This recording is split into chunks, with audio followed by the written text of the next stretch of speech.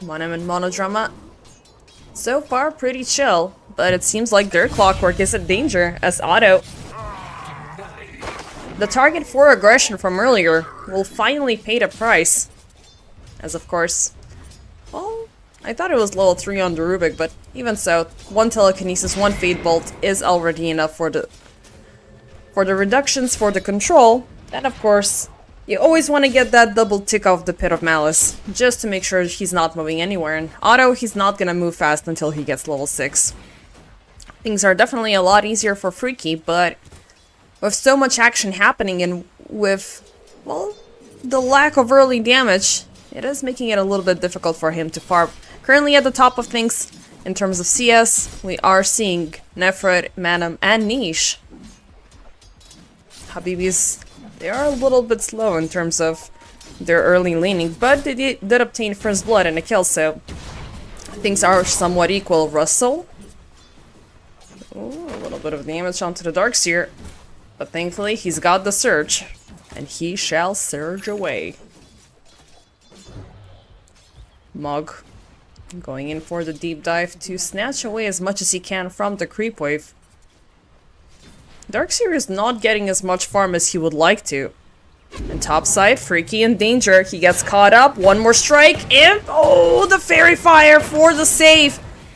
So close yet so far. The Feed Bolt is gonna get off cooldown. And Imp is still looking for the chase. Auto taking him back. Can they get the kill? He keeps on hitting. This Rubik is committed. And he's not gonna fall yet. Both of the heroes on this lane for Habibis are looking very low. Second Pit of Malice catch. Auto. Telekinesis. Throw him back. Rooted once again. The shackles are not gonna save him. They take yet another one. Freaky will heal up for just a little bit. Meanwhile, Mog, they're gonna find Monodrama, who went in for a little bit of a deep dive there. Let's see. Topside. Freaky is still struggling. He's having a tough time. Eventually his support will return, but Nefret, he's gonna get off cooldown in 2 seconds. The Pit of Malice will connect. He's got the Firestorm. Cogs pushing him forward. Oh, nice kick. He was almost within reach. But ultimately he is gonna be fine. Nefret losing the entire mana in the process.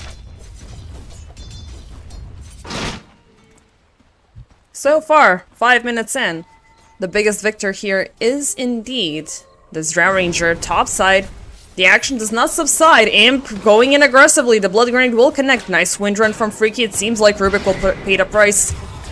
This time the Fairy Fire will not save anyone, and Imp dies bad by the power shot.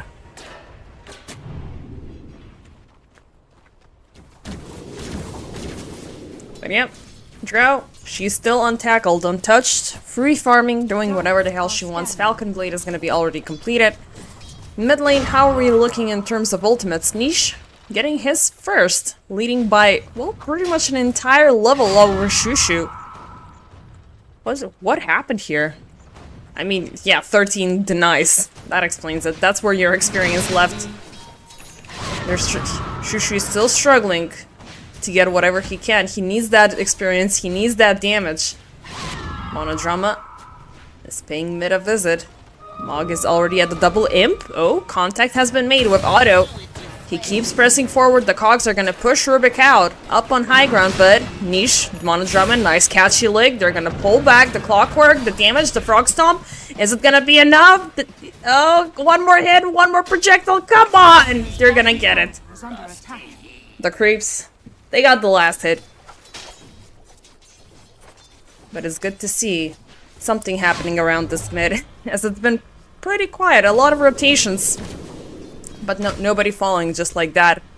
Menem left a little bit to his own devices, but he's fine, and closing in on his own level 6, so the marksmanship being an absolutely spell to have. And the fact that it's passive, like, you're not gaining and you're not needing to bother about somebody. You're just like, okay, I got right click and I'm just making it 10 times better for myself. Topside, Habibis, they're looking to at least keep one lane in control. And it's the lane where they have their carry. But they're hesitant Even though they brought in Queen of Pain in the mix. They were ready, but I guess the creep wave was a little bit too far pushed in. So we're definitely fighting under tower is not a good idea. Dire are scanning. Now rotation's coming in bottom. Well, if we're not getting anything topside, maybe we can punish the Drow. But again, there's this hesitation. We're not 100% sure if we want to do this. But they do have the vision, they do have the control. But they don't know anything more than that, unfortunately.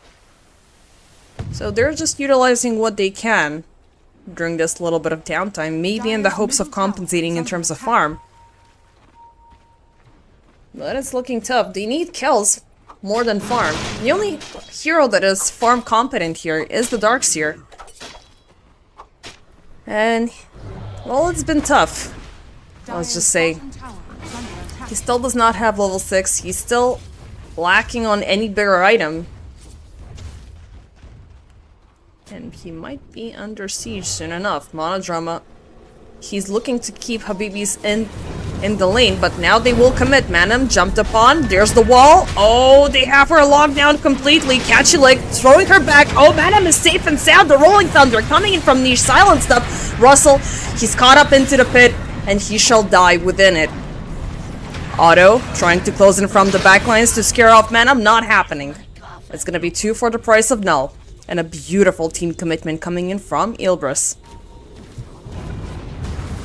But still, they were not done. Mog using a beautiful opportunity as Drow was low and Shushu's coming in from the other side. The scream will not connect. Beautiful telekinesis taking him back. Shushu, he's aiming for the right angle for the Sonic Wave. But Imp will not grant him the pleasure. A big kill, but at the same time a big sacrifice for Habibi's Shushu. Can he get the Rubik? Imp is dropping low. Come on, pop it! This is gonna be the power shot from the other side. Mog coming in as well. Monodrama. He shall perish. The entirety of Habibis have committed for this one, and let's get a tower while we're here. We have the focus fire, we have everything, so that explains why Shushu did not use his big ultimate. They were counting on numbers. And it was a good bet. Let's see what happens mid. Niche now caught up. Stun down. Silence. Magnetized. There's the Sonic Wave. It's gonna be committed for a lot bigger of a target. So what Habibis were losing in terms of farm, now they are compensating with it in terms of kills. But the question, as always, it remains. Is it going to be enough? A lot of aggression has been present around mid lane. But the tower gold is not going to be granted to Ilbris, as Shushu did deny it. But so far 1 for 1 in terms of towers, 10 minutes in. Manam was a little bit unfortunate there. But the fact that, of course, it's an unwritten rule. If one lane is victorious by a lot, you're instantly gonna triple down to try to punish it. Otto. No, Manam gets caught up once again. Oh, this is a little bit awkward. As yeah, obviously the entire team is up top, so really I didn't tell. This Drow is all by herself. Otto, Monodrama, they are finding him. Nice chase. Cogs keeping him on the spot, but so will the Pit of Malice. Blood grenades, they're throwing everything at him just to keep him within the difficult terrain, but he's not gonna fall off as easily. Niche. Oof. Nice damage with the Swashbuckle and the Fade Bolt. Otto shall eventually pay the price, but all of this, well, camping, let's just call it, around tier 1. Unless they get this tower, it's gonna be a waste of time, because they gotta detach from this objective and go back to the drum, as Manam is having difficulties. The entire team is topside, he's all by himself at bottom. He's got absolutely nothing to defend himself with, so just make sure you still have a carry by the end of this game. How is Freaky doing? Frankly, even though he had a tough farming lane, he did walk out of it with a 2-0-2 result, so those early rotations did pay off, and of course with the tower takedown, and he's gonna go for the Hydra's Breath as a first item. Nice choice, you definitely need that. I'm not sure if it's your go-to item for a Wind Ranger nowadays. I mean, we're still seeing these combinations with... Well, the Falcon's Blade is always going to be a good opener. But a Dragon Lance or a Hurricane Pike or something of that sort. But I guess since you already have one mobility spell, you're absolutely fine with risking it and doubling down with the damage. Smoke Up coming in from Habibi. They're looking to invade the Radiant Jungle. Mog leading up the siege. They're trying to take down Imp while he's distracted with the Observers, and there's the Magnetized Pop with the Sonic Wave. They're throwing everything they can at the Rubik as they don't want to lose any of those spells. Magnetize still popping, Niche falling low. Manam, he's within range as well. But all in all, it's only gonna be the Rubik getting destroyed. It's a very nice score currently at 13 minutes in. With Ilbris, well, slowly losing that little bit of a slither of advantage that they had. As Habibis, they're moving freely across the map. And they're gaining kills left and right, but Imp, he's gonna get a catch. Otto in the backlines, caught up in the pit, caught up within his own cogs, rooted up, falling fast. Imp, can you get him for a second time? He's still on cooldown with a telekinesis, and he's out of reach. TP out, is it happening? Is it happening? Yes, it is! Nicely done, Otto. He's been the sacrificial lamb this entire game for Habibis, and he's not looking to fall yet another time. I mean, the time has passed for him to just die down on every single occasion. He's gotta grow tankier, and he's gotta grow a little bit more stronger. And of course you do have that little addition of the Ash Legion shield, which is helping him out, so that's great to have. He's gonna go for the Force Staff as well for that little bit of a displacement. Of course, when you have, well, 2 AoE lockdown spells present, you gotta get the hell out of there as soon as possible. Bash the Force Staff, and hope for the best. Hopefully you're not just facing in the wrong direction. Bottom side. No. Radiant are scanning. Russell has been noticed. Pushing in a little bit too far. And they're gonna move out of bot. But still, Ilbris are lingering, smoked up.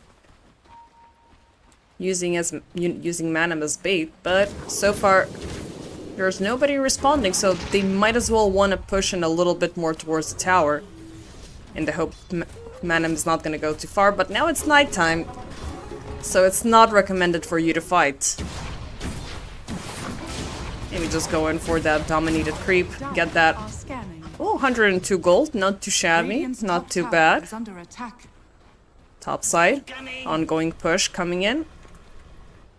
We have Mog leading the siege, and they are looking for a response here. But instantly back off. I mean, they still have the pick-off potential, which is a lot better compared to Ilbris's, but they're choosing to remain idle here.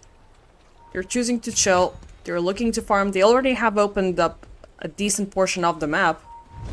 But let's see, Ilbris are now keen on fighting. Mog, eyes on mid, Monodrama, he's got the high ground. And Shushu, stunned up, instant jump, nicely done. As Danger is lingering right across the corner. Nice call, time wasted for Ilbris. Yeah, the biggest enemy here for sure is this auto clockwork being played out, because A is giving Niche so many problems. He's never gonna pick up the team fight unless he sees that the cogs are out, and especially in the direction which he's not going in. So either eliminate the clockwork and keep on pushing, or you just hope for the best. Clockwork, meanwhile, he is busy on the lower portion of the map where Habibis have been actively scouting out and hunting Manam, and they're looking for it once again. Bog, beautiful kick. Oh, Manam, he's gonna walk away from the wall and miss out on the vacuum. That misstep surely saved his life, as Habibi's grand element of surprise wasted them a big ultimate and a lot of time. Meanwhile, down the river, Shushu. Ooh, Imp. Oh, you should have went back home under the fountain. Can somebody deny him? Actually, no, it's gonna be the Dispel. Nicely done by Monodrama. Yeah, it's got I keep on forgetting this thing has the best basic dispel on it. Nicely done. Still keeping Imp within the action, but he's still gonna take the long way back home. Just so he can fully regenerate. Down bottom, eyes on Nefrit. Finally, he's got the Scepter queued up for that double Pit of Malice.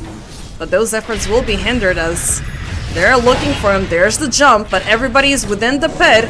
This is a very good setup. Unfortunately, the rest of the crew are not using it. He's gonna pop the gate, but he cannot use it by himself. The cogs are keeping him in place. Niche, Monodrum, they're gonna arrive from the side as well as Venom. They have the cogs on the ground, spotted out. Auto, can they get him? 1 more second remaining. They're keeping him stun locked. He's gonna eventually pop it though, but he's way too low to stay alive. Nicely done by Ilbers. Nefrit, that gate to call in his friends was on point. Like, apparently he was never looking to escape. But it was looking way too scary there for a moment.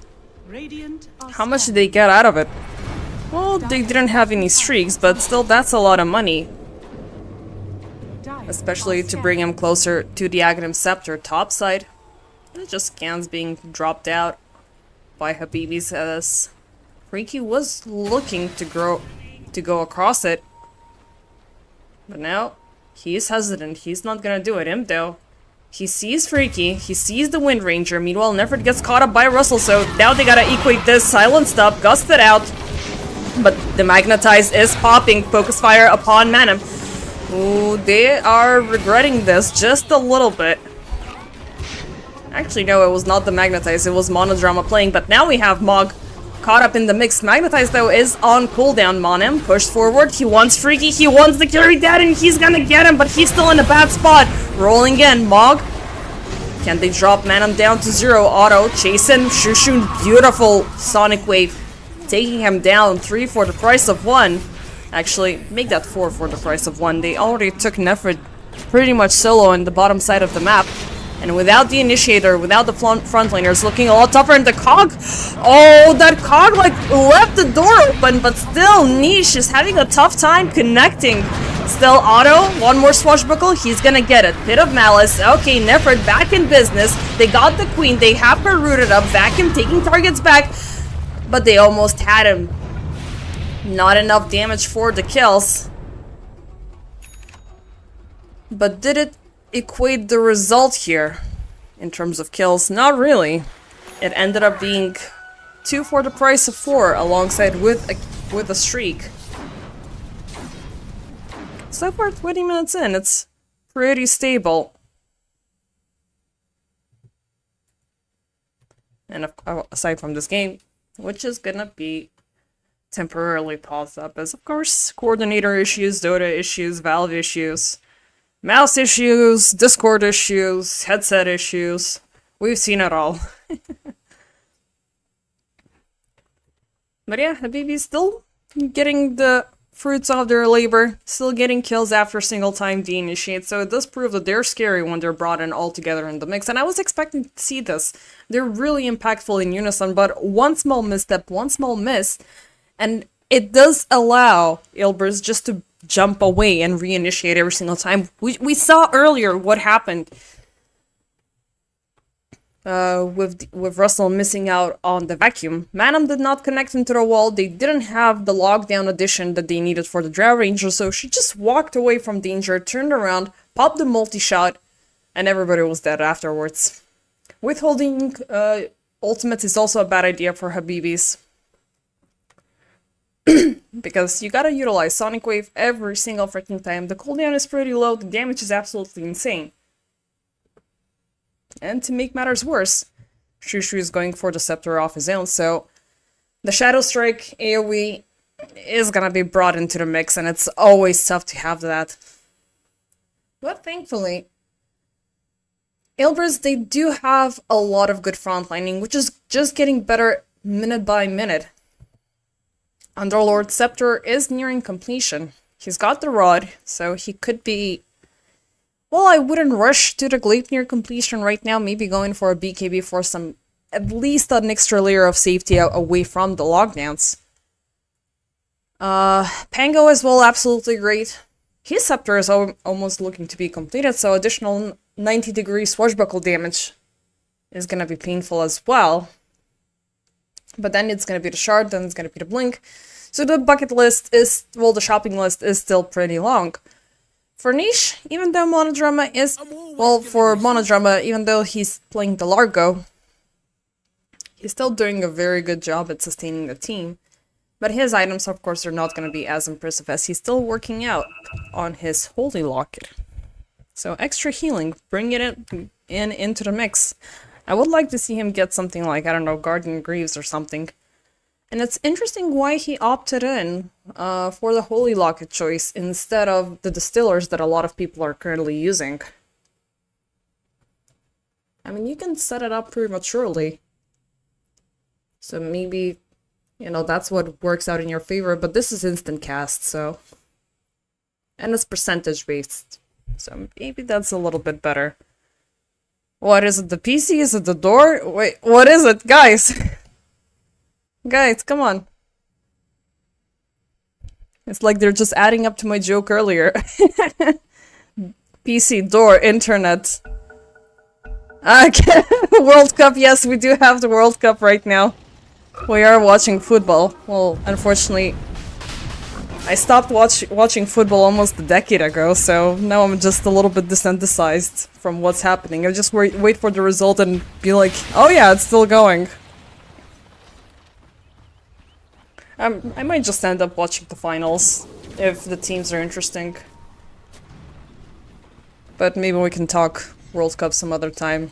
And realize that I'm far less knowledgeable about football than Dota.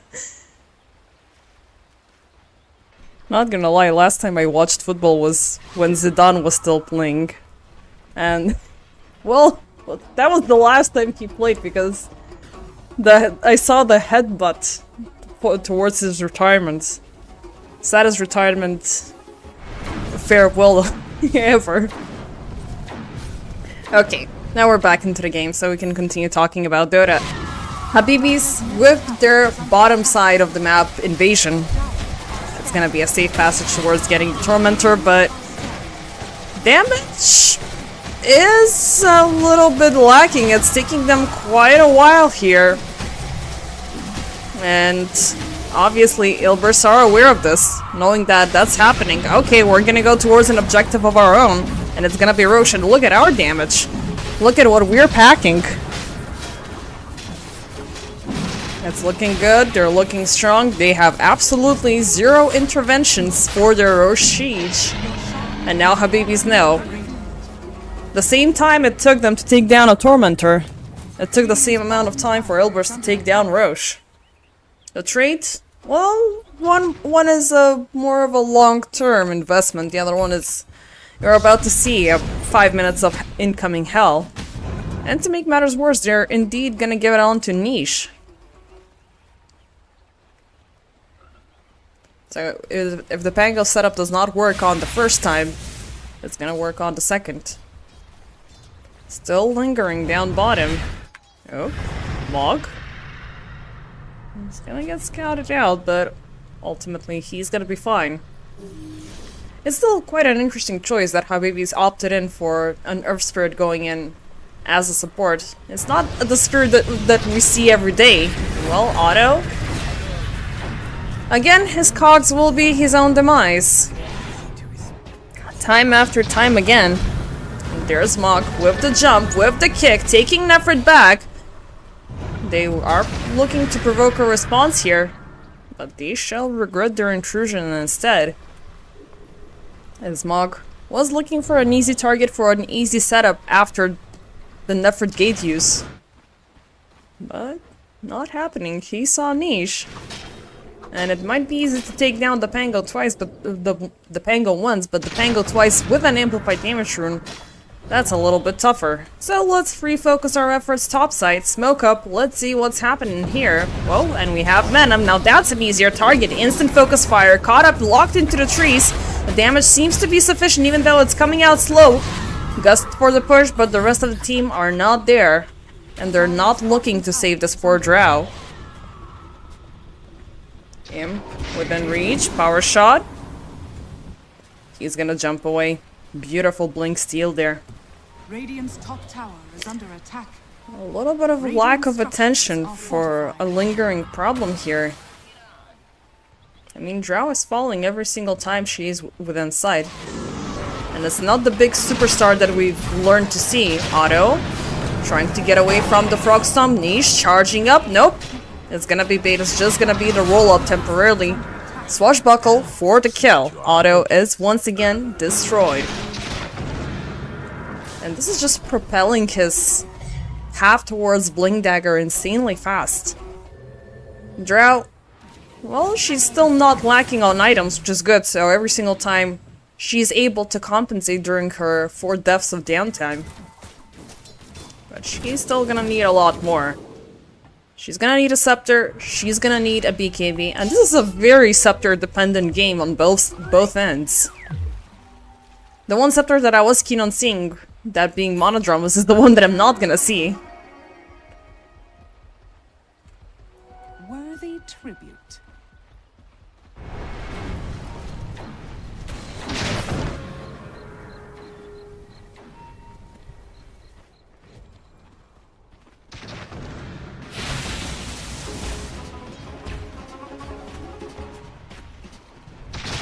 A minute and a half left remaining onto the Aegis timer. And finally, Ilbris are looking to push in. They are looking to evade a little bit more of Habibi's territory. I mean, interestingly enough, Habibis were the first one to pick up with the tower sieges, but they're...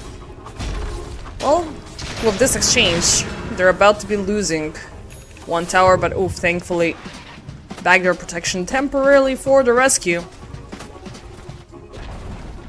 Dire's top tower has fallen. Meanwhile, down bottom. Oh, Imp in danger. Hookshot. Oh, it's gonna miss, but Otto. Nice 4-step forward. Telekinesis is gonna take him back. Imp, Blink. Oh, this is so dangerous. He's playing, he's taking everything he can. He's stalling. And it's gonna be beautiful as Otto is gonna be set up to die. That was an impressive play from him. He had the blink. He jumped back. Freaking vicariously took away the cogs, reset the entire team fight,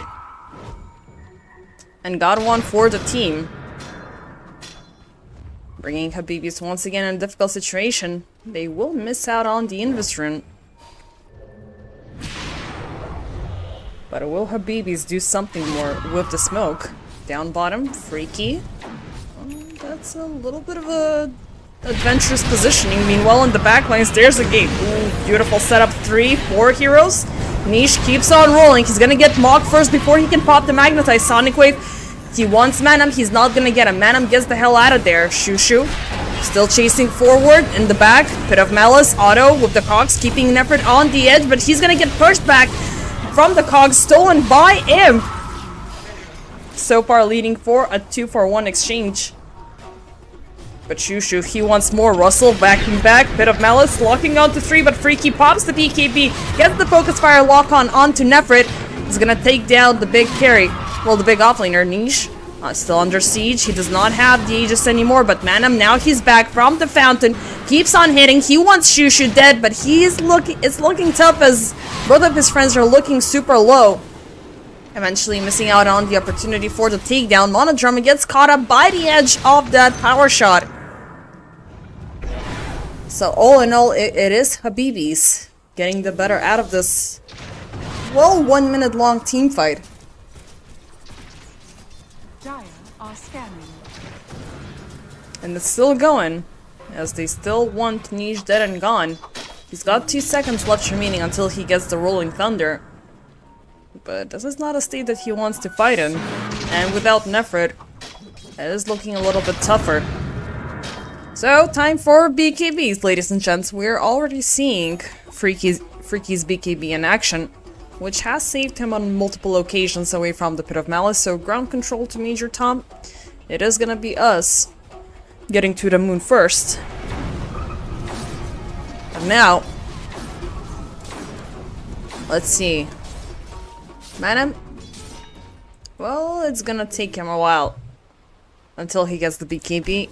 Underlord, just the recipe remaining. As for the Pango, he doesn't need it, obviously. But Shushu, he's gonna find Imp, and they're still going. Oh, Monodrama caught up into the focus fire. Nefrid, he's gonna be the next target. They're walking over the Pit of Malice. They absolutely don't care. Ooh, that was quite a surprise. Habibi getting 3 heroes pretty much for free. Dire's bottom tower is under attack. And yep, much has to do with this Queen of Pain. Dire's bottom tower. Yep, it is mainly her damage output being the strongest, but I do believe, yep, okay, this is a lot better. Because definitely that focus fire damage was not to be neglected, as we saw how fast Nefrid fell. Middle tower is under attack. Drow still somehow at the top of things, but she's barely had any impact in this game. Hopefully, if it comes down to a high ground defense, she can do something a little bit better, but if already by that point, it's gonna be way too late. Imp, he is indeed struggling during this game, as of course, with a Rubik, you're always gonna be the center of attention. You can cause so much havoc with 2 stolen spells just by laying in the sidelines.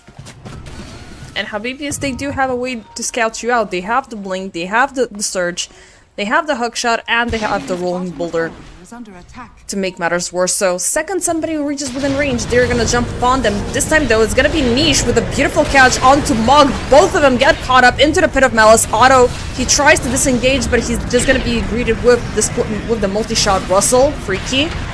Second Pit of Malice used up. Niche caught up at the edge of the stairs into the wall. Ooh, that was a little bit awkward, but this game was never gonna be good for the Spango. Too much difficult terrain, too many issues, and the map is, like, you cannot fight everywhere. You wanna fight wherever it's flat or where you know you can get the right angle to get the pinball machine rolling, but stairs are always gonna be your enemy. These observer high grounds are always gonna be your enemy as well. You can get messed up so easily, especially with the vacuum and cogs being present.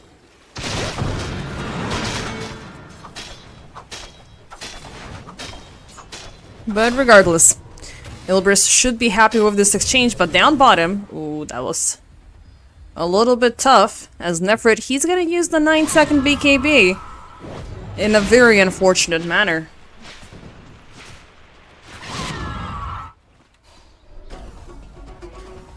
How is Manam doing? Well, his BKB is complete, so finally, this Drow Ranger is gonna have a chance to fight. Wind Ranger, though, she's got bigger ideas. She wants a Scotty, she wants a Daedalus, and she wants a Satanic right after. But the rest, they are coming out for blood. They want kills, they want to fight. Mog, rolling forward. He is pretty close to some heroes. And he will commit for the jump. They want to take out Imp, and it's going to be a mission success. Locked out, away on high ground. The power shot is going to take him down. Niche jumping in back and forth, but the trade-off could be big here. Shushu caught him by the hypothermia. Otto, once again, caught up in the pit, taking for a second time. He's going to be dead and gone as well. All in all, for the price of Rubik, who did force out a buyback, but they're cleaning house. Freaky left all by himself, trying to TP out. Are you going anywhere? Yes, you are. You're going back home. Just remember, guys, Shushu, a little bit of an unfortunate disconnect after the end of this team fight. This was a tough team fight for him, for sure, and it does prove that this Queen of Pain should start considering a BKB of her own. Because the ground was completely covered, like Imp was actively throwing you back into the Pit of Malice every single time. You're gonna get gusted out without you having the ability to use spells. No blink, no getaway, and you're gonna be locked into that pit every single time. And guess what? The frog stump is gonna pop on top of you as well right after. As Largo is getting more and more impactful by the minute. Even though, like, he's at the bottom 3 in terms of net worth, so it's not too horrible. But I was hoping to see some bigger items upon him. Like, Glimmer Cape is gonna be good, but maybe... I mean, Pipe is not necessarily gonna help out. Maybe go for some GG boots instead. Because you do need that reset. You do need to survive that big impact coming in from Habibis. Because once they use everything, once they use the Sonic, once they use the Magnetize and the Focus Fire, they're always gonna call in for a retreat. Regardless of whether they want a team fight or not. Overextension is not a name of their game. That's a mean riff. Okay, we should be getting Shushu back. Just remember, guys, let's have fun out there. Let's just get the F9. Okay, good one ready. So far, no distinctive advantage for any side. But Ilbris, they've had this little bit of an extra farm, little bit of an extra experience ever since the early stages of the game, but Habibi's ongoing commitment as a team to go in with pickoffs as 5, they've kept them stable in the game, they've kept them stable enough, but they're still a little bit shy in terms of the damage department, and of course shy whether they're willing to make an initiation or not. Because again, one big ultimate, one big kill secured, we're gonna go back. If we need 2 big ultimates for 1 kill secure, we're going back right after. We don't have much to fill in the gaps with.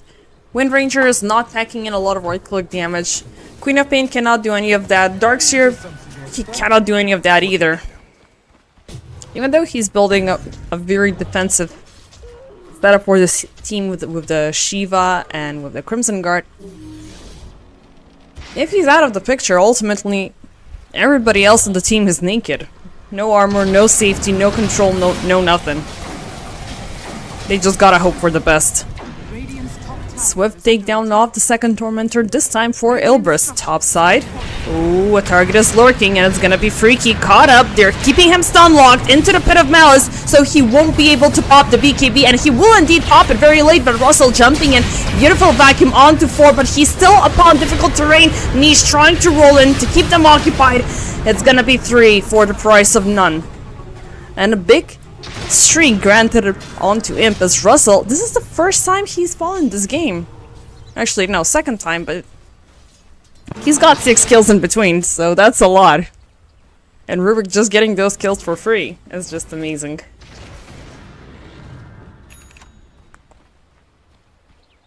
And it's interesting to see how Imp is just focusing on these mobility items rather than going in all out aggressive, because when they changed up how the Rubik works, the Shard and the Scepter upgrade were your go-to items.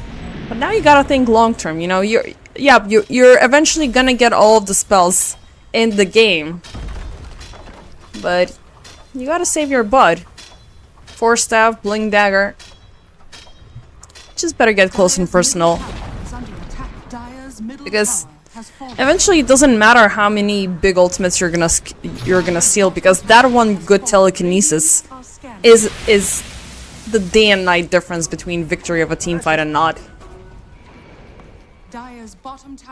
All lanes pushed in by Ilbris with 2.5 minutes left remaining on the Aegis timer.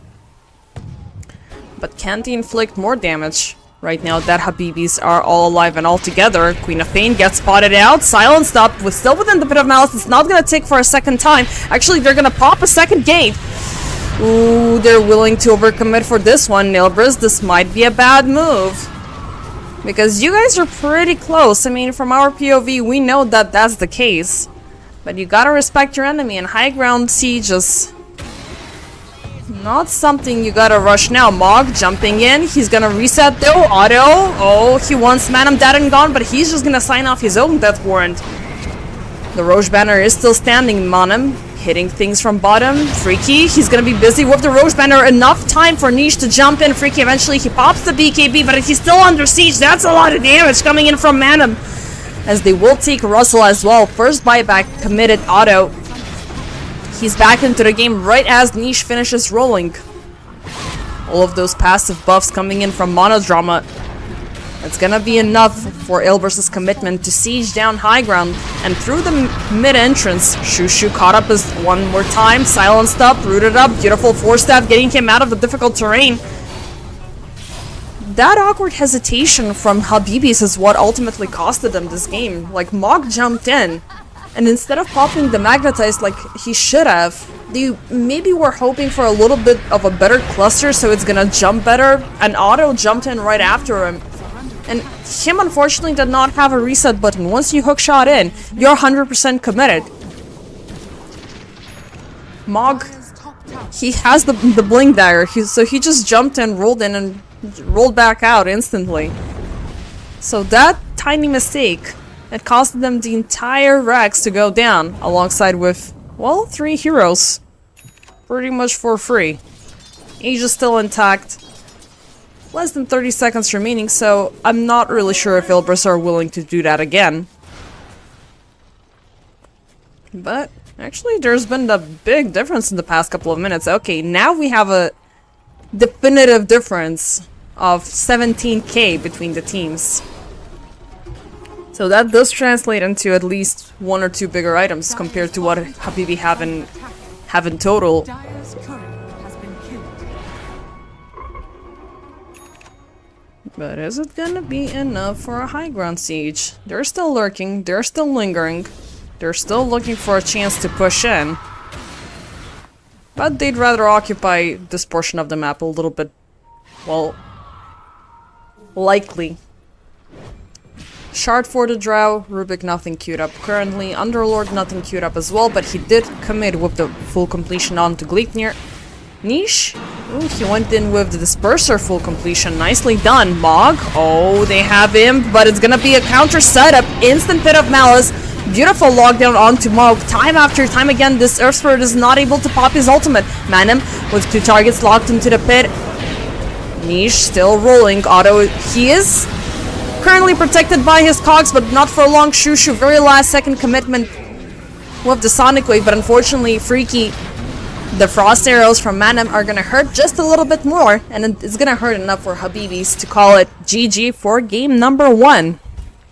It was 39 minutes of a lot of back and forth between these two, but Ilbris's, well, better team commitment, better itemization, better team drafting as well is what brought them into this game 1 victory. I mean, Habibis, they were not too shabby, they were not too bad in terms of how they were playing this, but ultimately they were not thinking through things on long term, because the Drow, I mean, you gotta respect her.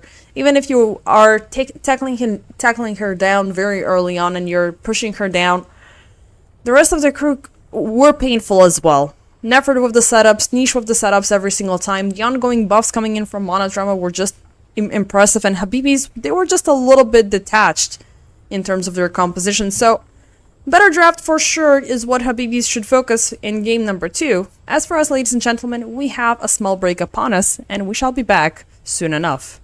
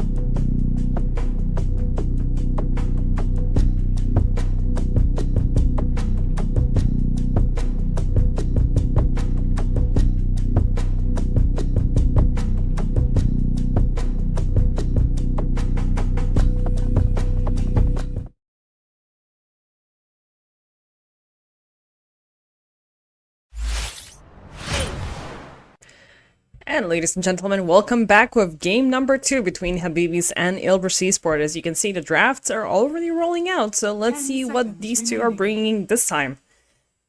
A little bit of a slower approach in terms of the picks coming in from Ilbris. First off, they're going to go in with the Bane and with the Techies reveal, as they're going to go in for their offlaner first, and later on go in for the mid and for the carry.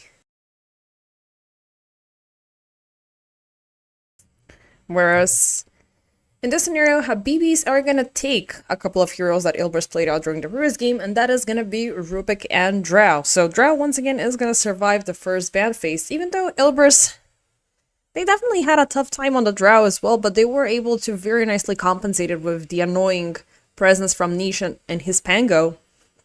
And of course, Nefrid was definitely great in maintaining a very strong front line. This time, with the Centaur, it is definitely gonna make things a little bit tougher for this Drow, so Habibis, they'll need to work around it to make it a little bit more comfortable for her if she wants to stand a chance within this game.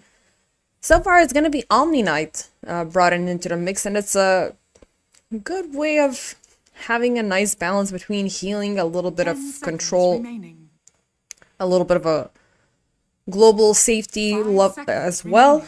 Against the Stampede.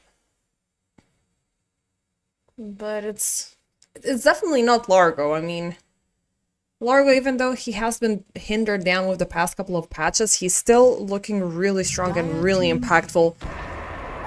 And it's just passively granting a lot of these benefits for the remainder of the team. Habibi's getting a 3 out of 5 so far. It's gonna be Nefrit's Underlord brought into the mix. Okay, it's getting better, but you still need the damage. You still need something a little bit extra, because right now you do have the front line, you do have the safety, you do have the control, but damage output, 100% just relying onto the Drow Ranger might be problematic, as Ilbris, they still have to reveal their course, so they can still do whatever they want here. They can go in with, I don't know, like the Shadow Fiend still might be interesting here because you can easily lock down a target. But instead it's gonna be Nature's Prophet. A little bit of a counter global presence, which is always gonna be of grade 8. Sprout for the lockdown. I mean, it's a 2+1. 1+1 on this hero.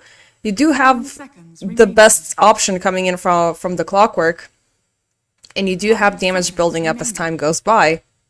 And of course, the unit control. Never forget and never disrespect the treants and how annoying they can get as the game keeps on going. Radiant team ban.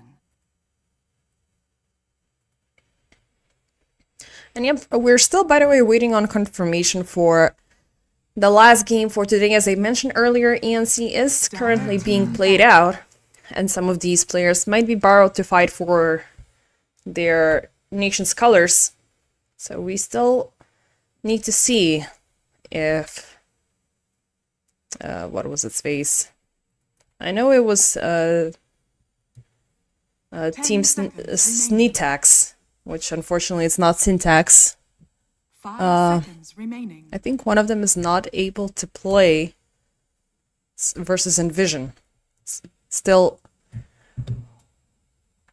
we're gonna either see during this match or sometime during the pause if they're gonna be playing out. But for now, let us enjoy this game number 2, as we're still waiting on the final picks. Final bans are coming out. It is gonna be Pango, it is gonna be Kunkka. We already saw Lone Droid, Snapfire being taken out, Beastmaster, Husker, Viper, as well as Lycan. So it's gonna be a little bit limited for what Ilbris are gonna go for. Nice ban was this takeaway from the Earth Spirit, even though in this scenario it is a little bit more likely that Habibis are going in for their last pick mid, and Earth Spirit would not have been a good contender. And again, it's a very interesting contrast of how neglected this hero was a couple of months ago, and the remainder of his brothers were being actively contested as mid laners. And now Earth Spirit is slowly coming back, but again, it's insanely situational. It's very individually favored by some teams, so it's not something that you're seeing every single day. And going in with the Spirit Talk, Ember is gonna be the last hero removed from the pool. So let's see what Ilbers decide. Well, Puck, why not? You do have the counter presence compared to the Underlord. You do have the collective jump with the Centaur. And last but not least, it is gonna be the Void Spirit.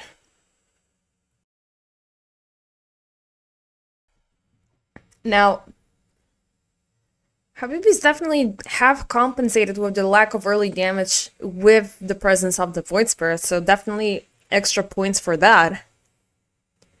But between Puck and Void Spirit, that's gonna be a little bit of a tough lane for the Void Spirit, because Puck always has the upper hand in terms of melee course.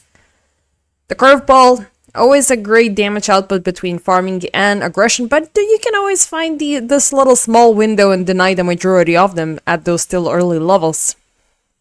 Mana might be really, really annoying on this natures, so keep an eye on that, because Ilbers, they really have that jumpy sort of a draft. They can definitely show out of nowhere, pop the Stampede, and then just close in the gap on whomever they might find. I'm anticipating a lot of smoke rotations coming in, and then just utilizing either free key, catches for Freaky or Russell or Shushu early on, because the supports are not gonna be that big of a problem as much as these cores will be. So maybe even before we get the Dream Coil, maybe even before we can get the Stampede, we might see a couple of blast-off actions with the Nightmare rolling targets back into the spread. Like, you have a lot of these macro and micro setups to work out in Ilbers' favor. Damage will eventually arrive. Never it is going to be definitely great in counteracting the majority of damage coming in from both Shushu and Freaky. And given the sort of say standardized itemization for the Centaur, he's always going to go in defensive, either going in with the early Crimson or going with the Assault Cuirass, or maybe, you know, if need be, going in for an early pipe.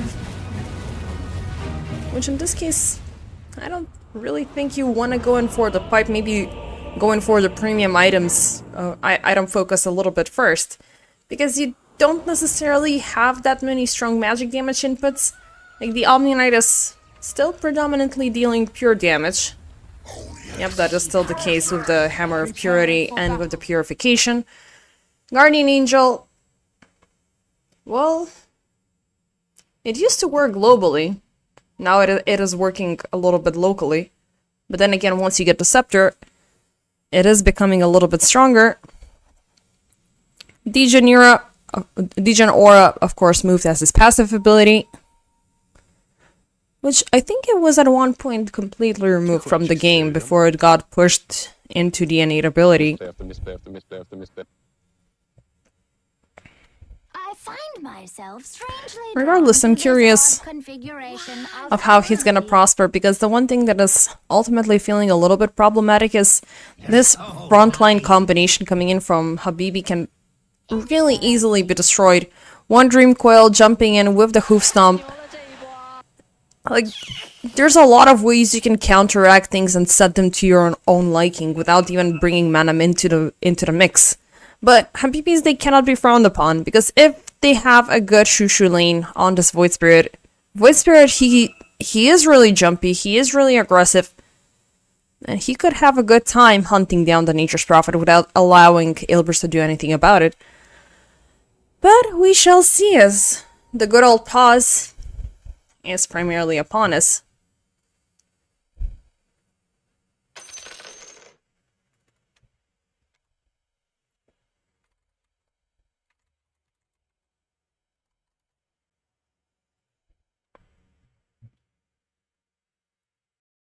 No particular reason why we're seeing the pause though. But yeah, I'm thinking Elbrus for the second time. Because also the one thing that is always good when you have a techies on your side is of course the remote mines. And in a scenario where you don't have as much of a mobile, as much of an evasive carry as the Drow Ranger, it could very easily mess up her farming patterns. You just, you know, throw everything that you can around these neutral camps, around the side rivers, Even if you still have the tier 1 tower standing, you can easily make your life a living mess. And of course, once the remote mines are off, you realize that there's somebody moving and you can call in Manam to TP in and get those final last hits in. Or of course, you know, he's gonna call in the Wrath of the Nature if you still have some sort of a vision there in your favor. So regardless, it is falling down to Ilbris walking away with a 2-0 result, but the... Oh, really? No way. No way. I think this is by far the best reason why we've been having a pause. Thanks. I had to finish my guy's cigarette done. Like, man, just smoke in front of the PC. What the hell? Okay, guys. I think this is the best F9 in the European Pro League for 39 seasons. 39 seasons and I haven't heard anything like this. Okay, second cigarette? Or Manam is still smoking? What's the matter here? Yep, it's Manam's turn. At least we can always keep things in good spirits. Marlboro Gold. Yeah, there was this funny meme. Like, please don't vape in front of our child. We're strictly raising him on Marlboro Reds. Even though smoking is a very bad habit to have. Unfortunately, it gets the best of us. Anyhow, shenanigans and jokes and smoking breaks aside, Habibi, they went in deep for this one. First smoke, they're going in for the invasion, 30 seconds even to though... battle. Actually, Silver's going in for the deep dive because, yep, they changed sides. Mog will be scouted out from that smog. From that smoke, so he's gonna walk back just a little bit. Not to be caught up prematurely, but I love the deep vision that Ilbers are already placing. This is a funny tomato treant. I don't think I've seen that model. Anyways, 2 bounties for each side. Nothing too dramatic to begin with. Aside from the deep vision placed there by Ilbris. As they're looking maybe for an early intervention onto Shushu, but I don't think that Bane at level 1 can do anything about it. Yep, off we go. Freaky and Auto. They will face off against Pablo and Nefert once again. It's gonna be Techies and the Centaur against the Drow. And the Omni Knight. And this is for sure gonna be a tough lane. Pablo, thankfully he opted in for the taser first, just to have that extra disarm. I mean, it's always a very good built-in tool to punish right-clicking heroes. But as level 1, it's not the best of options. Still, you do have that range from the right-click, so Auto is looking to suffer here. Eventually, once level 3 comes in, with the blast off, things are going to be a lot more difficult. Once again, charging up the disarm. It is going to connect on to both, but they're not going to get the execution. Even though Freaky ultimately is dropping pretty low, Nefert will land in that hoof stomp. Let's just see until they reset if there's something happening across the other lanes. Monodrama falling very low. Mog was looking for the first blood here. He could be looking for it once again as Monodrama, he's looking severely low, does have the brain sap for the health exchange. But one small misstep, and it could be punished as the telekinesis is off of cooldown once again. Bottom lane, once again shots fired upon Auto. But still, ultimately nothing. Niche and Shushu in the mid so far. It is both sides focused up onto the farming. Maybe we're gonna see something later down, well, over there. Bottom, Auto Freaky still dropping very low. Nefert and Pondlo, they haven't slowed down even for the slightest in this game. As Nefert, he is looking to close in the gap. The Centaur is a little bit faster, but Manam is gonna be the first hero to fall as first blood. Eventually, Ilbers give up the chase down bottom, even though their positioning is deep between tier 1 and tier 2 towers. Pondlo He's gonna get the blast off in 5 seconds, Radiant's bottom so he can tower still is under stay attack. here, but Nefrit eventually chooses to back off, keep up with the farming, and Ponlo left temporarily to his own means. Multi-shot, oof, out of range. He's gonna be happy about that, but overall, Ilbris are definitely not happy with losing their carry as First Blood. Manam, even though he will still have enough time to compensate for his losses, and of course, as time goes by, he can grow into a super menace. Still, until he gets the Maelstrom, until he gets anything to amp up his farming, it's gonna be a little bit tough, and with Freaky recovering from that early horrendous kickoff, he might get a couple of kills of his own, and again, we've seen what a good Drow game can give you. But again, question is, Drow might fall. She might be taken down easily by the Nature's Prophet if the game keeps on going, but what can you do with the rest of the crew? That's the big question. Thankfully, you do have a lot of back and forth and some global presence of your own coming in with Nefrit, but you just gotta time everything on, well, right. Because whoever jumps first might ultimately be the first loser. Ponlo, nice blast off, Hoof Stomp will not connect. And there's Manam jumping in. Sprout, they want Freaky. But the Quelling Blade for the save. They lost their momentum. They lost Manam some time. But he's still looking to linger here. At the very least, this lane is a little bit chiller compared to his own, and they will completely leave top lane. Maybe give some attention here to Shushu. But nope, they're eventually gonna reset back from where they came from. Currently at the top of things, we do have the Underlord alongside with the Void Spirit. But Ilbris, they're not falling off that horrendously, at least not just yet. But Manam is in danger once again. They won't connect with the pit for a second time. But at the same time, there's not a lot that Monodrama can do here. Nightmare is still, I mean, 3.5 seconds of duration is not, it is pretty long. But it's just one small spell for the reset and nothing more.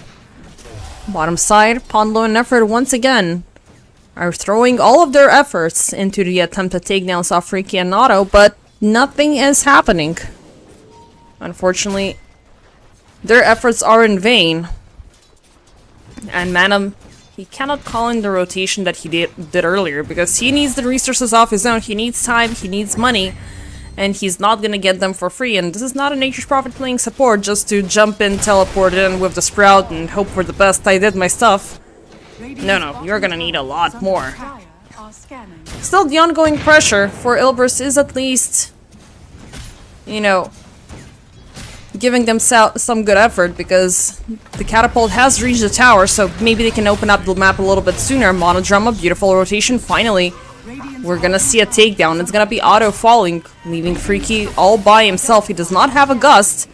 Sticky Bump will connect. He's trying to juke around the trees. They're slowing him down, but can they close the gap? I don't think so. Blast off. It's gonna take a long time for it to return. So they can just push in, they can just farm. Shushu, they've noticed that somebody is about to show up as well on the side of Habibi, so maybe withdraw, take a step back. You don't have the Stampede just yet, but they're committed. They want Freaky dead and gone, even if it might cost them somebody else. Freaky, he's dropped at 300 health. He cannot really do much here because he's the song, but all of his friends are there to help him. And Nefrit will pay the full price for his aggression. Nicely done. Radiant are scanning. Radiant's middle tower is under attack. A prize.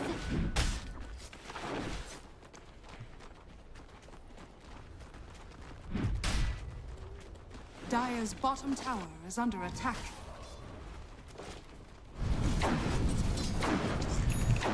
"7 minutes in. Both shrines are gonna be obtained by Ilbris. Venom. Yeah, of course, it's gonna be a teleportation as a swift cheat code to close in the gap. They're definitely gonna need that extra experience as they've been lacking in terms of what they're getting from the laning stage. But now they will double down on their efforts down bottom. Ponlo, blast off to connect, but Nefrit, he's a little bit short-handed. The hoof stomp, ooh, he will prolong it and it will land. Ponlo, however, will fall.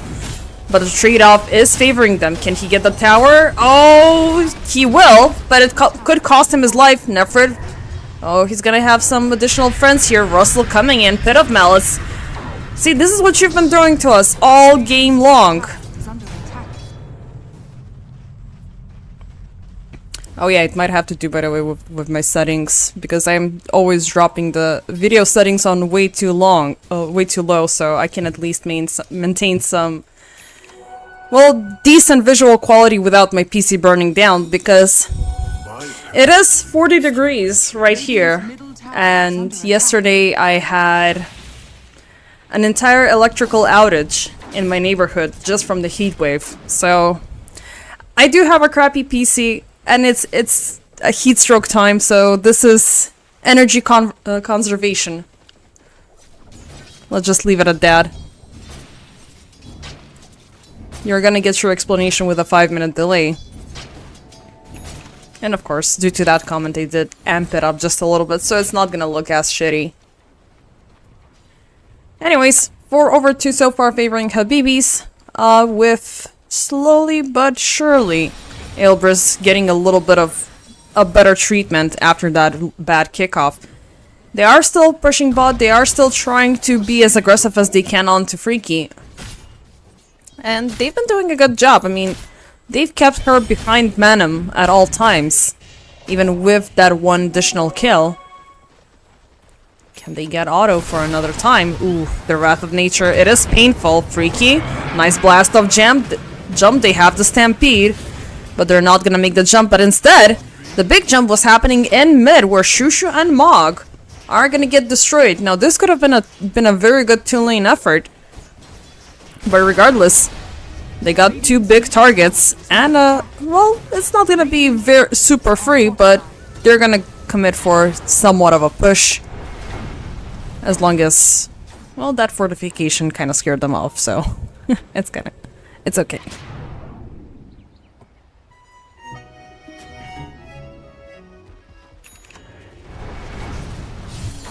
Russell wants to pick a little bit of a bone with Niche now that he knows that the Dream Coil is not available. But respect the puck, because as always, a good puck is always gonna waste a lot of time away from you. 4-man smoke. They're going up top. They are looking to punish man and Monodrama. There's the jump. Oh, they're connecting. Nice Pit of Malice connecting onto both of them. Can they keep them locked down for long enough? The answer is yes. Monodrama falling off as well. Gonna give it a bit. Hammer of Purity. The Blood Grenades to seal the deal. Again, a very big collective team effort. Aelbris kind of did the same with a couple of less heroes, but they did commit a global ultimate to make matters, well, happen in their favor. Mid lane though.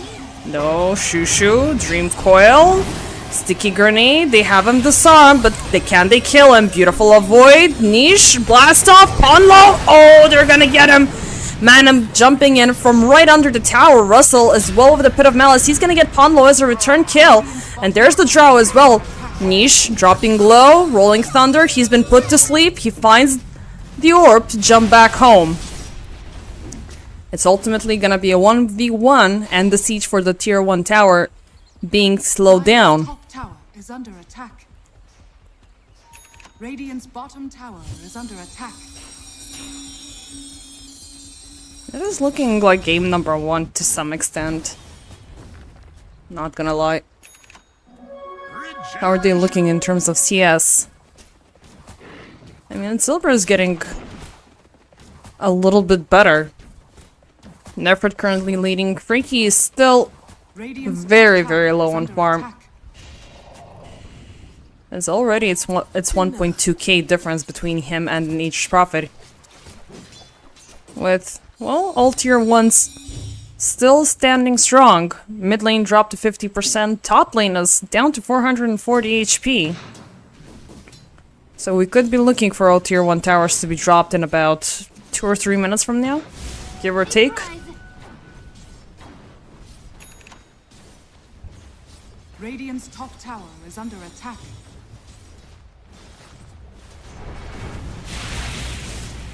Dire's middle tower is under attack.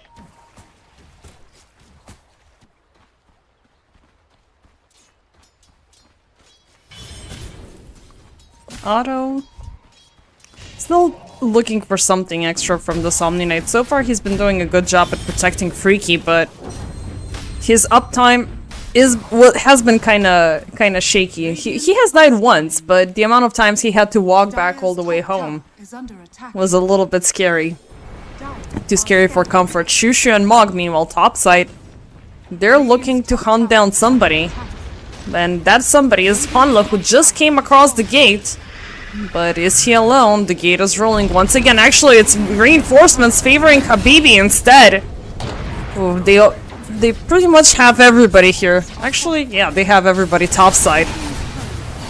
Freaky's courier, however, will die by Nefrit. And they were looking for the same hero, but the hero is topside, and then they have Manam, who caught up into the pit, put to sleep, thrown back, rooted up for a second time, telekinesis thrown once again. 3 times he gets caught up into the pit by force.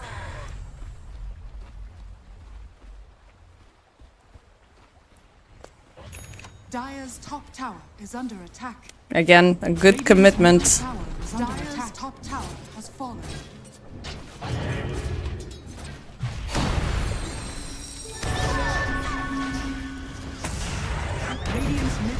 Okay, missed out on a bit of the action because I looked away for Chad. Mog, meanwhile, gets caught up mid lane by the Dream Coil. Radiant are slain. Niche. Ooh, finds auto. This could be a solo kill. Nicely done. And the tower as well. Very well utilization of the well, pretty much half duration of the Amplify rune. And he's got more. And it could be used up as Ponlo. He's went in for a little bit of a deep dive, but he's not gonna make it out of this one alive. Okay. See, you could have done it. You could have done all what you did without that suicide. I mean, I know it's the nature of the techies, but holy dude. Actually, they did take down 2 heroes. Yeah, both supports along with the tower. Okay, I guess it's worthwhile, but Monodrama almost gets caught up there. Russell. Well, it's gonna take some time for him to double down on the aggression with the scepter of his own, as he opted in for the pipe first. I mean, yeah, it's a good item to have, mainly against the remote mines. But there's still a lot of pure damage, especially dealt by this Bane. And we still haven't seen a good grip, which is kind of sad.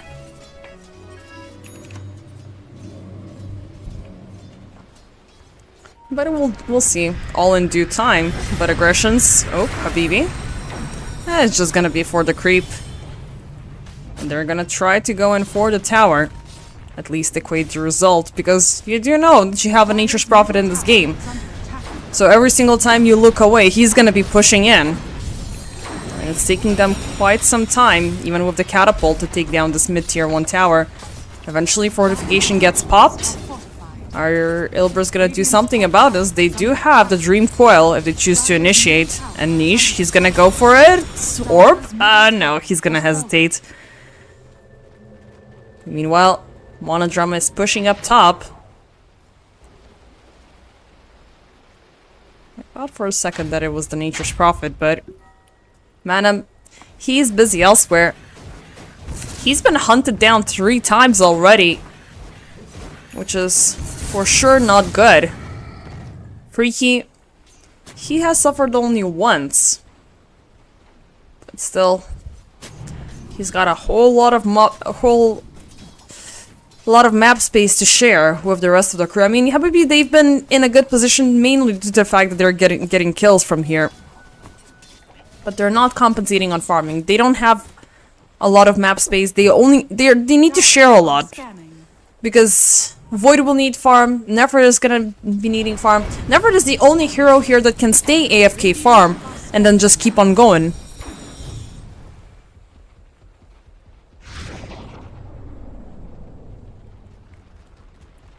But the rest, I don't know, like Void wants to kill, Drow wants to kill. And if they cannot keep that ball rolling, I might have some bad news. Well, at the very least, they're getting Nefert's creeps, so that's great. But Nefert, ooh, that's a big item.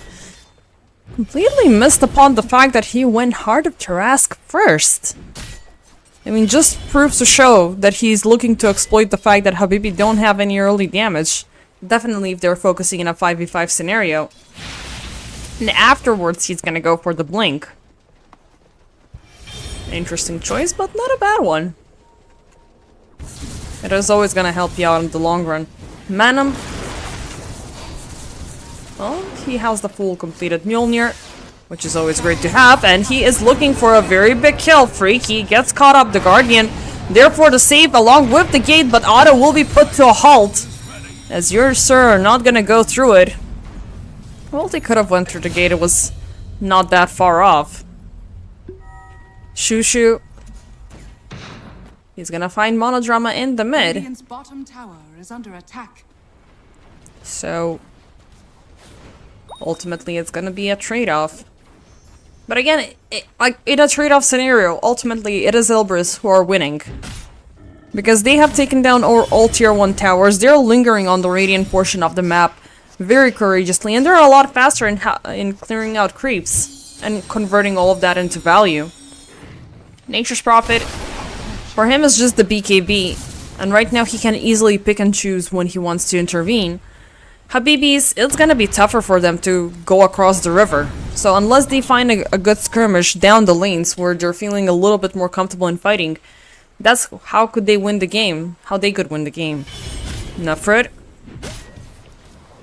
Drow was smoked up, but Freaky instead chooses to go in for the smaller prize rather than search into the jungle for something bigger. Niche. Oh, there could be something bigger for Habibis to take down. If they get a lock on to Pug. Mog. Oof. I'll take that. Very timely phase.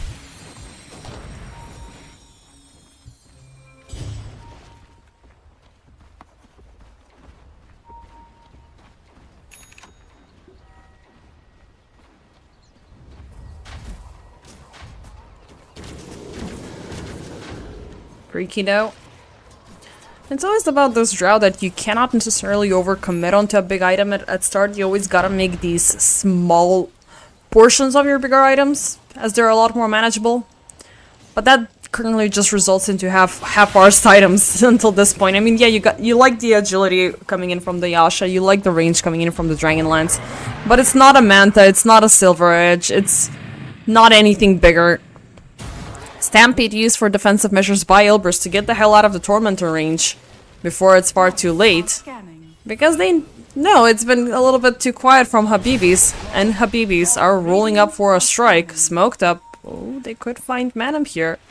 Mog. Dire's bottom tower is under attack. They're too scared to close in unless they have enough units on the board.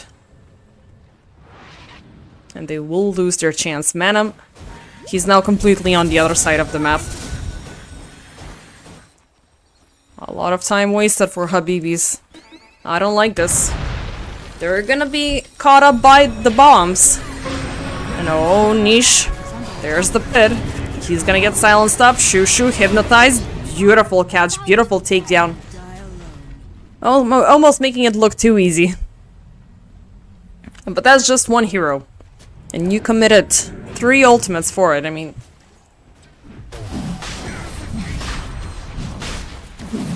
Even though the steal doesn't really count as a big ultimate, but...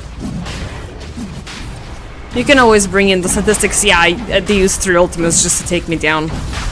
But yeah, just to end the discussion in chat, we're still pending on the status of the last game for today, the following match, so if you're looking at Wikipedia, it still hasn't been updated.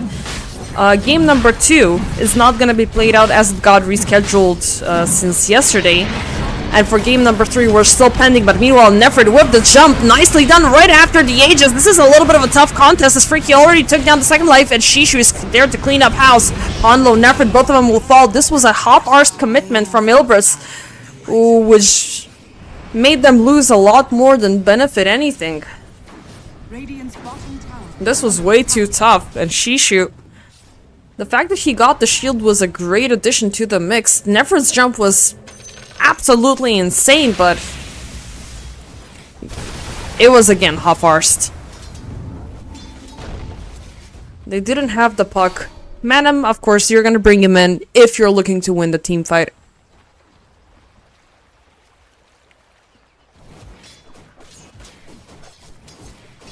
But that was just bad. Even though they are still somehow maintaining their net worth advantage, mainly due to the fact that Nature's Prophet is pretty much out farming anything on the map. But how long will it last them is the big question. 23 minutes in so far. It's 15 over 8 in the favor of Habibis, but currently dropping at 4K. Nefrit having some issues. Maybe internet, maybe coordinator, maybe update. Who knows what? It could be anything. Like, again, we had a cigarette pause. It's not like this game lasted for 120 minutes and okay guys, can we have a 5-minute break so we can stretch our legs and come back to the big skirmish? Nope, I needed a 3-minute break so I can finish up my cigarette and then we can start the match. Absolutely insane. Okay, Nefrid's pause will not be a smoke break, so he's gonna be back into the mix. We're just waiting for Habibis to push the F9. So far, things have been balanced out for them.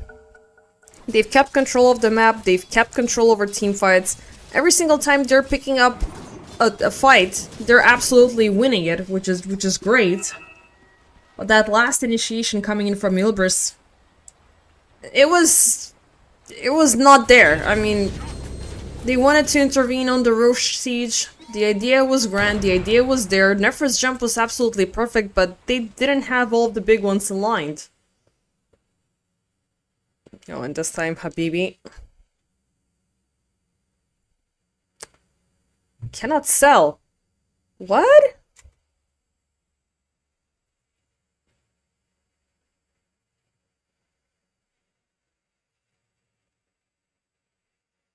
Wait, can they not sell items or something? What the hell?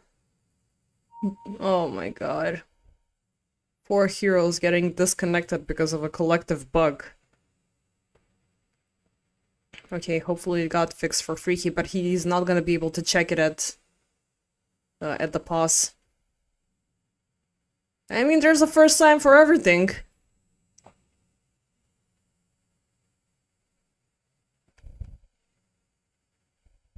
This is freaking insane. Okay, slowly we're getting Ilbris back.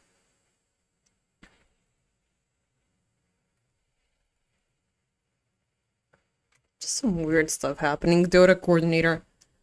I know that Joe had a lot of issues during the previous days with, you know, the coordinators and the updates and whatnot.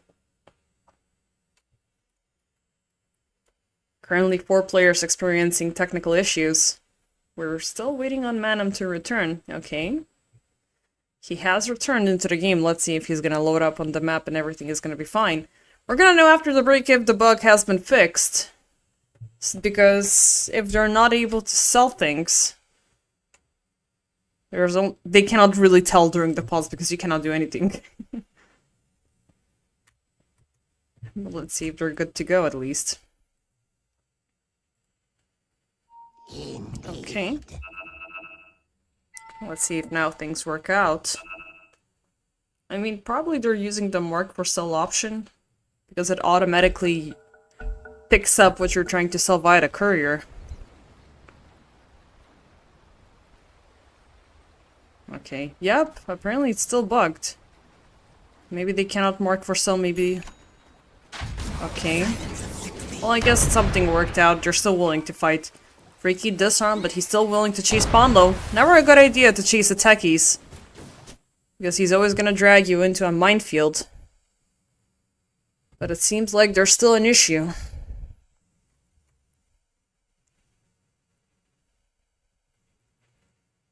Still bugged server, yo, the same. Well, they gotta play.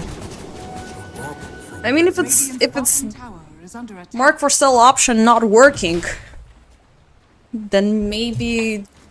Wait, is it sounds or... What the hell is going on? Okay, there seems to be more than one bug at play, but Manam seems to be having issues of his own. He's gonna find Mog as a solo kill. He will force out Russell to pop the gate with the double pit, but he's gonna be caught stranded into the enemy's grasp as Niche, Nefert, both of them are gonna take him down. Monodrama, meanwhile, that drives by Shushu. Beautiful coil.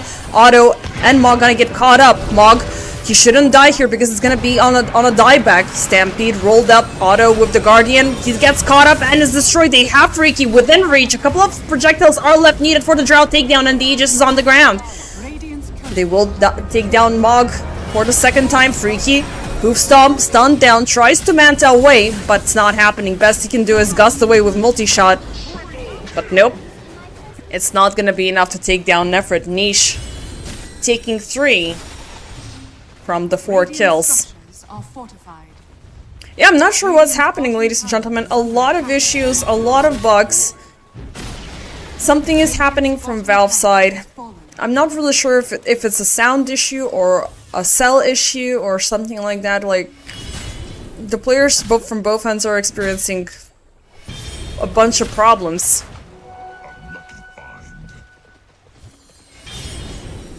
And I cannot really clear out what exactly the issue is. Radiant's bottom tower is under attack. Nevertheless, both have agreed to continue with the game. As after the pause, it was Ilbris taking down 4 heroes with the ultimate ease. And of course, a tower as well to make things better. Remaining tier 2 towers, well, just a little bit scratched on the surface, nothing too serious to facilitate some rushes coming in from Ilbris. They are taking things stable. And also they took away the Aegis from the Drow, so that was also a very, very good setup. And of course you're able to do stuff like this as long as the Drow does not have a BKB. Freaky, he's gonna prolong the BKB as he's keen on getting the Silver Edge first. Maybe he wants to call in the break for the Retaliate for the Centaur, because he's a tough cookie to crack. I mean, Nefert, he's been manageable in the earlier portions of the game, but now, with the BKB, well, BKB fresh off the shop, by the way, it's not gonna be as easy. And again, he's not thinking short-term, he's thinking long-term, and he's feeling aggressive. He's thinking of how can I suffocate all of the incoming damage to make this Drow completely useless. And he's doing it. Later on, he can focus on different items of Crimsons or whatnot. Maybe he can even go in for the Helm of the Overlord. Radiant's Why not? middle Bring in tower the dragon, bring in the extra tower push, bring in the extra zoo play, as we already have the Treant army gathering up. Manam, very good at compensating for his losses. But Freaky, ooh, pawn low. This is a very, very courageous endeavor for both of them, even though Freaky, he is getting farmed, and he's got the protection from Otto. If they can bait out Manam, it's gonna be absolutely great, because they can instantly counter-initiate with the gate, as we have seen on numerous occasions, but the skirmish will be brought in mid. As Monodrama, they find Mog, they can pop, and they shall pop the ultimate, as Mog is gonna fall. Pit of Malice, beautiful 4-step, Manam gonna get breakaway, BKB popped up, now Freaky in a bad spot. He's gonna pop the Manta to get away from the tick, but Nefert, he's gonna jump on top of him, hoof stomp to his death. Otto, still walking over difficult terrain. Shushu gets nightmared back. Monodrama, they want to go for the big kills. They're gonna get yet another support. Shushu, TP out, not happening. Not today. But yeah, we finally saw a good grip. And it was the best target you could have hoped for. It was the Rubik. Without the Rubik, teamfights are 10 times more easier, even though Manam was in a tight spot for a second there, but a quick BKB reset and ultimately everything was fine. Just the treants, just the wrath of nature, and some good old right-clicking damage. Force staffs also being present into a mix are making team fights a lot more manageable against Russell. Radiant's top tower is under attack. Radiant's top Last lane tower is dead and gone. Ponlo already setting up the deep minefield next to the wall. So nothing is gonna, you know, come out and surprise them from the side. Russell, they're trying to drag out the Underlord. And it's scary stuff. I mean, breaching over or under these stairs for either side is a scary contest, even though the lead is very much favoring Gilbreth by 19-18k currently. But it's definitely they're not gonna be sieging until Roche comes back. And Roche we shall know in about 15 seconds if it's gonna be a long spawn or a short one. Smoke up. Coming from Habibis, they're trying to reclaim some of the lost territories. Niche gets caught up first, but a swift BKB save coming in from the puck, and he's ultimately gonna be fine. Did he even pop the gate for this one? Okay. Maybe they can get Ponlo? A lot of distractions. They weren't 100% sure where to commit, and they're still looking for Ponlo. Maybe they can close in the gap. Walking with empty-handed here would be awkward, even though Mog, oof, that's a very nice catch there. The remote mines onto the Rubik, getting a taste of your own medicine. But there's another problem coming in from Habibis. The further they push, the more likely they're going to be forced to run back, mainly because of the Nature's Prophet. He's instantly jumping in from one side to the other. And yeah, they split the team, they fall back, they're divided, and Shushu, he might get caught up here, Nefrit. He's not gonna land the hoof stomp, but he's still lingering deep into Radiant Jungle, Freaky. Sitting quiet with the Shadow Blade, very quiet, but right under vision he goes, but they make the catch upon Monodroma first. Neverdale turns around, instant jump upon the Drow. They will take down the poor old Bane, but the rest of the crew are there to jump. Pit of Malice now locking onto two. Ooh, this is tough, but they still have the outpost control, so TPs will be coming in. Otto, Monodroma forces out a buyback. The Drow from the side, she's hitting everything she can, but Nefrid, his health is not budging. Russell though, he's gonna fall. Nefrid, nice jump, Gust will miss, disarmed, and dead. Oh, the entirety of Habibis will be destroyed, only for the price of one buyback.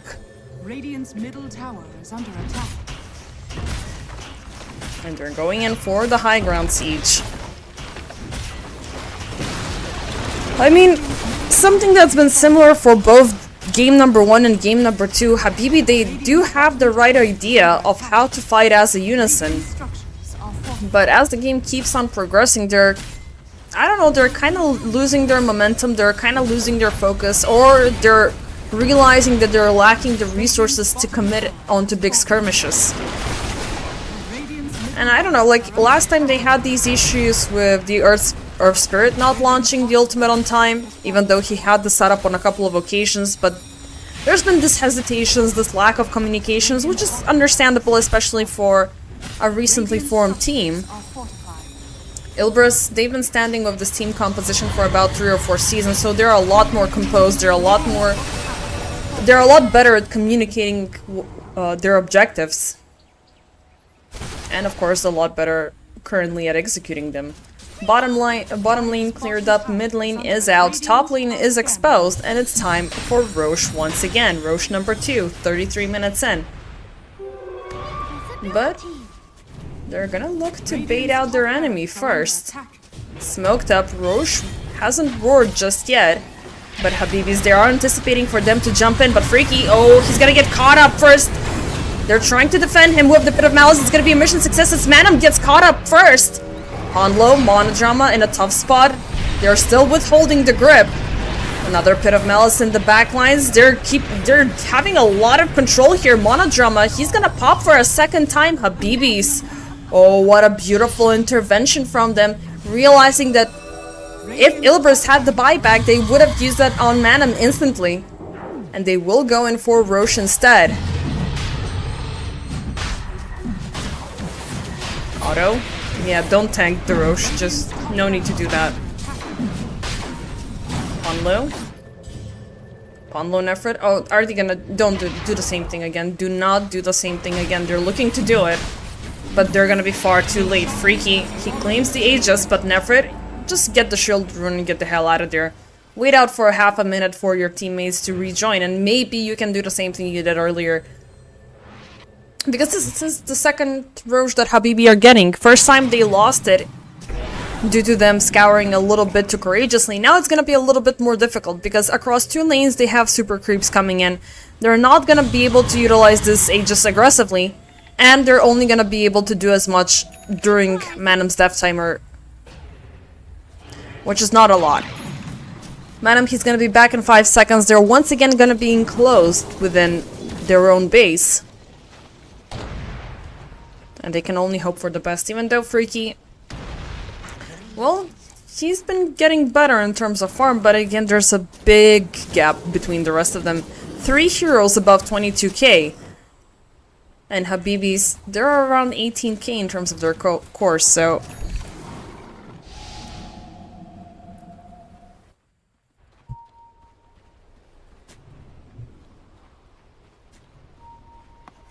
Radiant are scanning.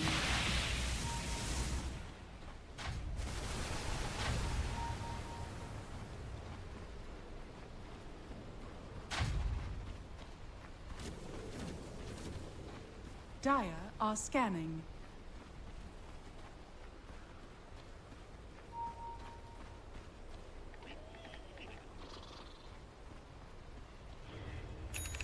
"36 minutes in, it's 20 over 22 with 26k net worth advantage for Ilbris. They're still in the same spot as they were before the Aegis. But they're just taking their slow time. Just pushing in, utilizing the advantage they have obtained earlier. Russell? This could be tough. I mean, currently they are playing with their attention. Monodrama, oof. We're gonna get the scepter soon, and it's a very sneaky and annoying scepter to deal with. Given the fact that Habibi, they do have a limited single target output for controlling heroes, it's gonna be tough to get the right one. But again, you're still hoping on the Pit of Malice is landing where they should. And we saw it earlier. Like, Russell, if he pops, like, a lot of ground control, it's only so far that the BKBs and the Force Staffs can take them, but it's always that element of surprise. If Ilbris are not anticipating a teamfight, they're definitely losing it. If they're just trying to bait out the big ultimates and then reset, they're definitely winning. Dire's structures are fortified. Dire's middle tower is under attack. Meanwhile, going for the red, going for the megas, the treants. They've been doing a lot of heavy lifting, but Ilbris are gonna give them the extra push. Russell, he's doing the best he can defending this with a Pit of Malice, but the rain and the pit can only do so much. Freaky, oh, venturing out as Manam. Actually, they're gonna find a big one. It's gonna be Shushu, gripped up, but right on top of the pit is Monodrama. Could get caught up for the second time. Auto gets bursted. Manam with the BKB trying to TP out, trying to run up, but he's still within the pit. He's still in a tough spot. And, oh, Freaky, he's gonna get away. Shushu, he's ultimately gonna be fine. How did it lead to this? This was so freaking unfortunate for Ilbris. Radiant's top barracks Oh boy. has fallen. I mean, they definitely got way ahead of themselves. And I guess it was these two that caught the right side of what was happening.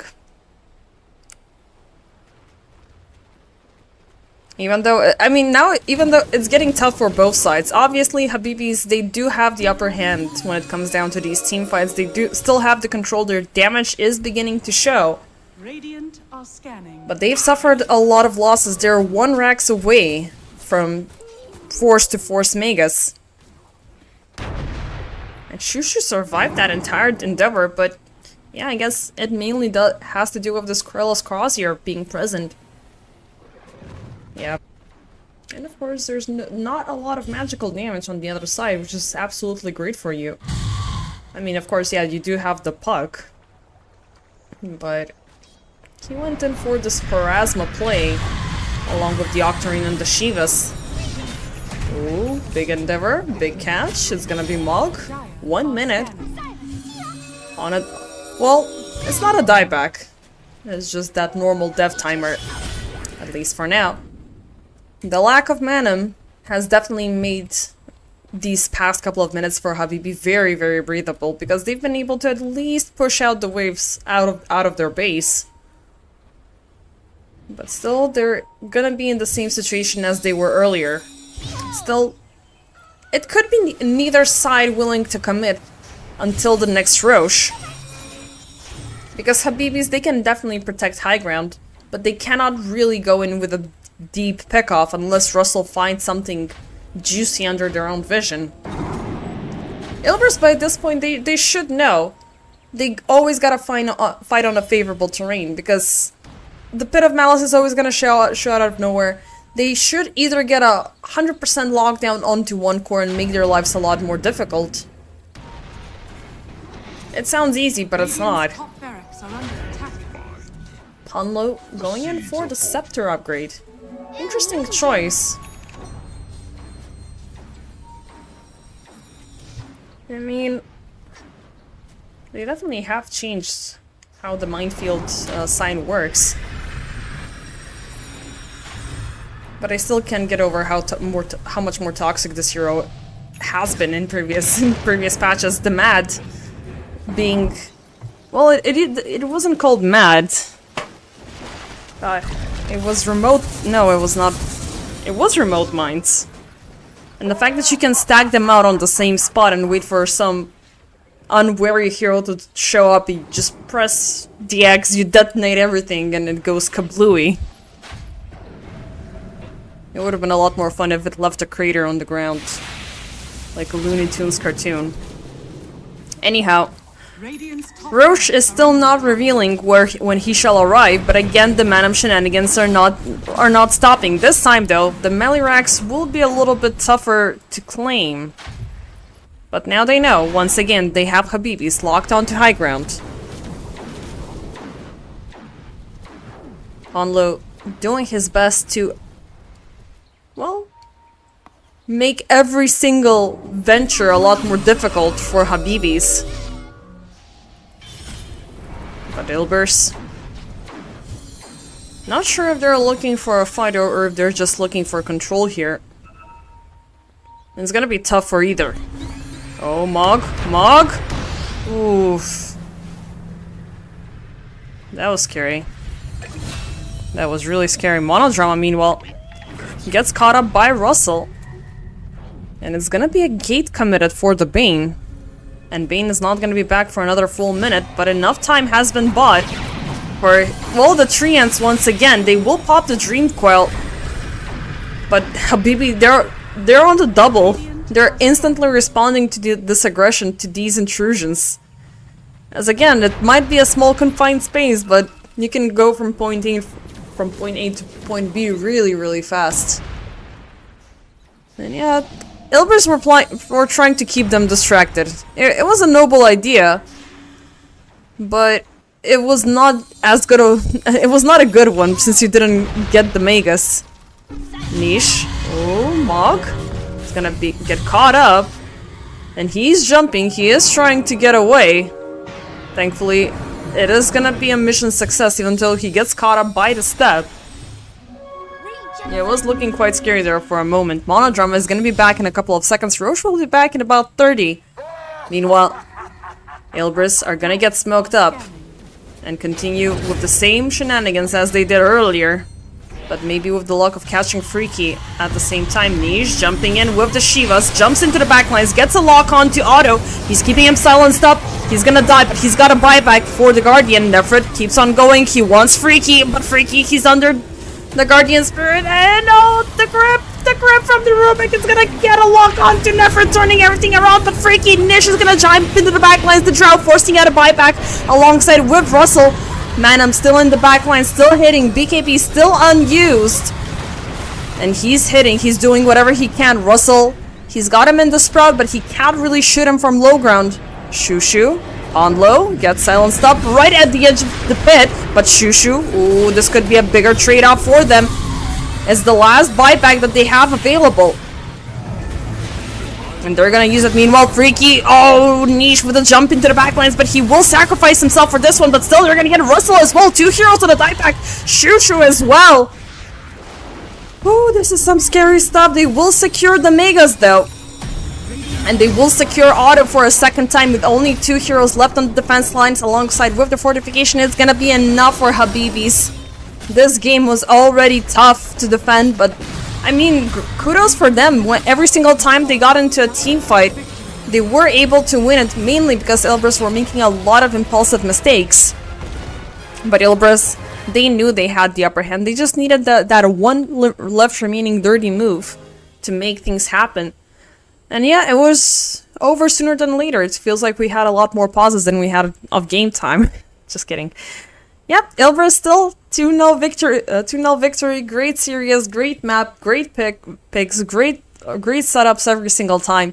Habibis, they gotta work with their later game commitments and how they play things out, because they weren't, with all respect, they weren't bad, but they did start to panic as the game kept on going. So, with that being said, ladies and gentlemen, the next series, which has been written on Liquipedia, has been postponed since yesterday, so we're not going to be watching that one at all. We're going to be watching that, I believe, a little bit later in the week. As for the last one between Envision and Snitax, even though I did assume it was going to be Syntax, but they did send out that their name was Snitax, so I guess that's how it's going to be. It is most likely going to be postponed as well due to the ENC qualifiers running. So I'm gonna keep the stream rolling for just a little bit more, and will get you information ASAP regarding what's happening with the final match. So for now, enjoy the big break, and I will, or maybe will not, see you later.